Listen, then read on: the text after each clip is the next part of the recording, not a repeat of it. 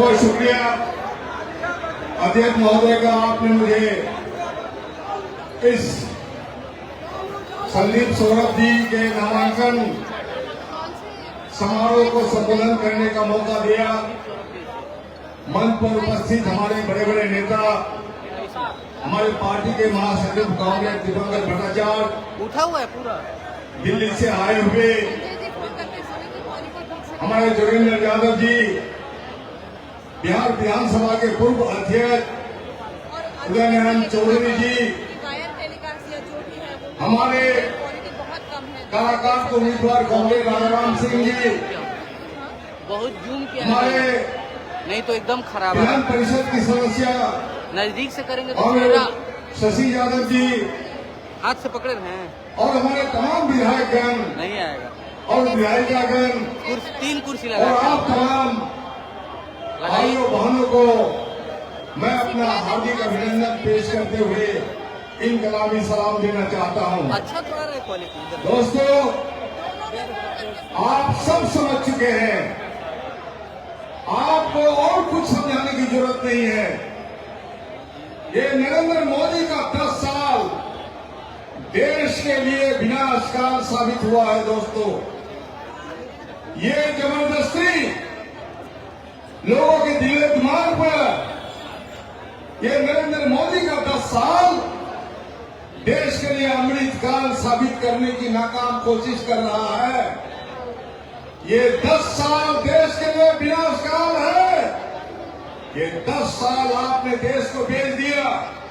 10 साल पहले आपने वादा किया था कि देश के बेरोजगार शिक्षित नौजवानों को प्रति वर्ष 2 करोड़ रोजगार दिया जाएगा। 2022 तक किसानों की आमदनी दूनी की जाएगी और यही शक्ति स्वरूपा हमारी मां बहनों का आर्थिक स्थिति मजबूत की जाएगी। आज 10 साल बाद आप क्या देखते हैं दोस्तों? नौजवानों, आप समझ लीजिए, बहुत बड़ी बात है। ये देश बेच रहा है, ये हवाई अड्डा बेच रहा है, ये रेल बेच रहा है, इन्होंने लाल किला बेच दिया। कुछ लोग बोलते हैं कि लाल किला बेच दिया तो लाल किला क्या अमेरिका चला गया? हवाई अड्डा बेच दिया तो हवाई अड्डा क्या इंग्लैंड चला गया? वो बात नहीं है। कल हो गए जितनी सरकारी संस्थानें थी, उन संस्थानों में जो आपको सेवा करने का मौका मिलता था, तब आप सरकारी सेवक कहलाते थे। आप अपने आप को पब्लिक सर्वेंट कहलाते थे। सरकारी सेवक, देश का सेवक, खुद का सेवक। और आज इन्होंने आपको बड़े बड़े कंपनियों का गुलाम बनाने का रास्ता तय कर दिया है। इन्होंने देश को बड़ी बड़ी कंपनियों को बेच दिया और कंपनियों की जब नौकरी करेंगे तो किसी व्यक्ति का नौकर हो गए आप। इसलिए इस तरह से इन्होंने देश को बेच दिया और देश को बेचने के बाद आज इनका पर्दाफाश हो गया है।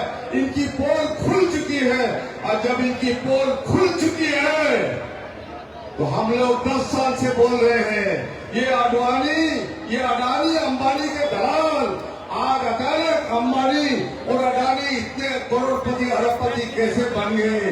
तो इनको अब एहसास होने लगा है कि यकीनन और अंबानी और अडानी का नाम लेना चाहिए। कल होकर के इन्होंने अंबानी और अडानी का नाम लेकर के वोट मांगने का काम किया और इन्होंने कहा कि कांग्रेस को अंबानी और अडानी ये लोग टेम्पू में भर भर के रुपया भेजते हैं। अगर टेम्पू में भर भर के रुपया भेजते हैं तो तू क्या कर रहा है चौकीदार? तू सो रहा है कि तू दलाली कर रहा है? अगर हिम्मत है तो अडानी और अंबानी को गिरफ्तार करो और गिरफ्तार करके तुम साबित करो कि तो इसका तुम वफादार चौकीदार है। ये वफादार चौकीदार नहीं, ये देश का चोर है। ये झूठ बोलता है दोस्तों। लोग एक झूठ बोलने पर शर्मसार होता है, एक झूठ बोलने पर लोग आत्महत्या कर लेता है, लेकिन इन्होंने इनका शर्म नहीं, पूरी दुनिया में देश को शर्मसार किया है। और इसमें जो शर्म विचार किया है, उसका जिम्मेदार हम लोग हैं, क्योंकि आप और हमारे एक एक मत से ही इन्होंने सत्ता हासिल की और इस सत्ता को बाहर फेंकने का दिन आ चुका है। अरे खाक नशीनो, उठ बैठो, वो वक्त करीब आ पहुंचा है जब तख्त गिराए जाएंगे, जब ताज उछाले जाएंगे, तब गिराने का ताज उछालने का ये वक्त आ चुका है। दोस्तों, इसलिए हम ज्यादा नहीं बोलना चाहेंगे।